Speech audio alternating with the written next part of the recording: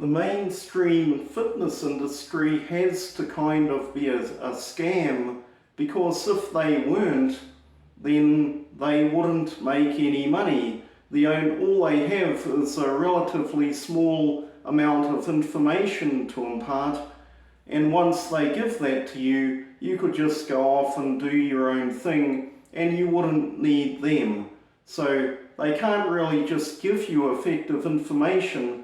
So there's various ways they'll scam you. And one of the ways of doing it, one of several, is that they'll set up unrealistic goals for you that you can't possibly do without performance enhancing drugs.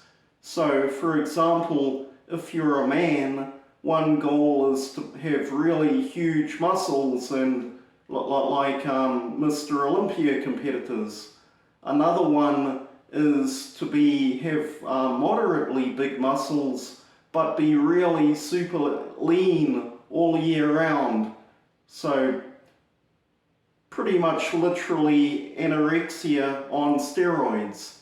But they'll tell you, well, you shouldn't use performance enhancing drugs because drugs are bad, okay, while using them themselves.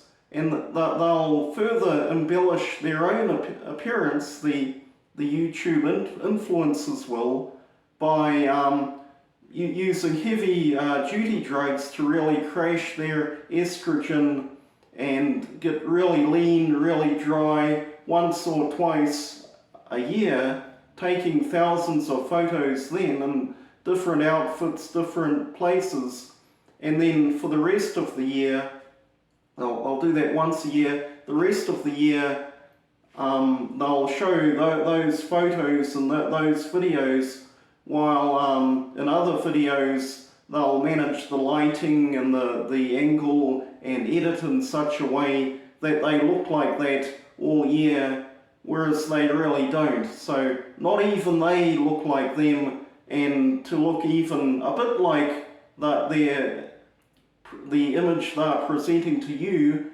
they use performance enhancing drugs, but they're telling you not to.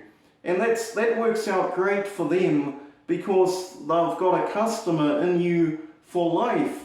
You can be buying all their supplements, doing all their crappy workout routines, etc. You'll never get to your goal, and they can just blame you. They can just say, hey, you're not working out hard enough, so buy some more pre-workout, or you're not dropping your calories enough, you're not starving yourself enough to lose that fat. You know, it's calories in, calories out, don't you know? So you're putting too many calories in, however many they might be. So here, take a fat burner and to suppress your appetite and burn more fat. And you can't sleep now that you're hopped up on all the pre-workout stimulants and fat burners you're taking. Well, here's something to help you sleep, and here's something to help you deal with all these other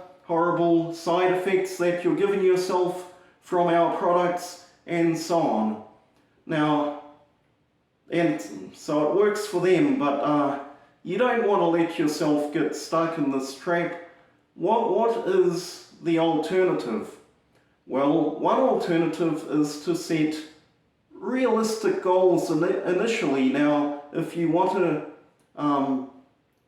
still want to do their somewhat unrealistic goals, well, you can keep that in mind, but just for the starters, set a realistic goal, like being a bit more muscular than the average person, a bit leaner than the average person, i.e. in the West, not fat, and a bit fitter than the average person.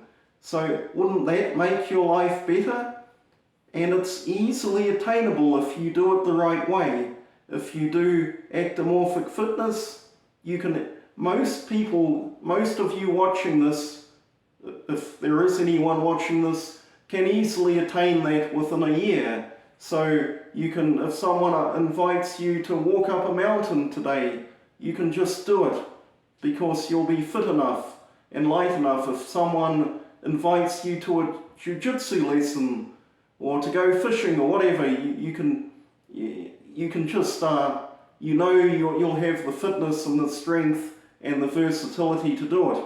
Wouldn't that make your life better? If nothing else, if you didn't achieve anything else and you could get into that sort of shape easily, why not do it? And you can get into that sort of shape easily without starving yourself much or buying all these products or using all these stimulants.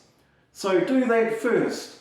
And then once you're in that sort of shape, well, aren't you just happy? Maybe you're happy to stay that way forever, in which case you can easily do that as well. But if you're not happy with that shape, if you want to put on, 20 kilos of fat-free muscle, if you have this kind of goal, well, the way to do it, I'm not saying don't do that, but the way to do it is assess whether you actually need performance-enhancing drugs for that goal, whether it's actually attainable without that. And if you do, well, maybe you should think of using performance-enhancing drugs. Not saying you should do that, but if your goal requires it, then your goal requires it. And if you don't want to do that, well, maybe your goal isn't so great.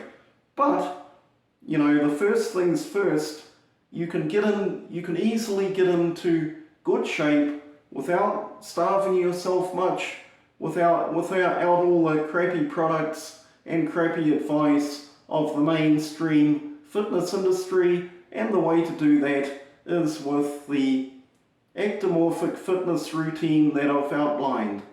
Talk to you later.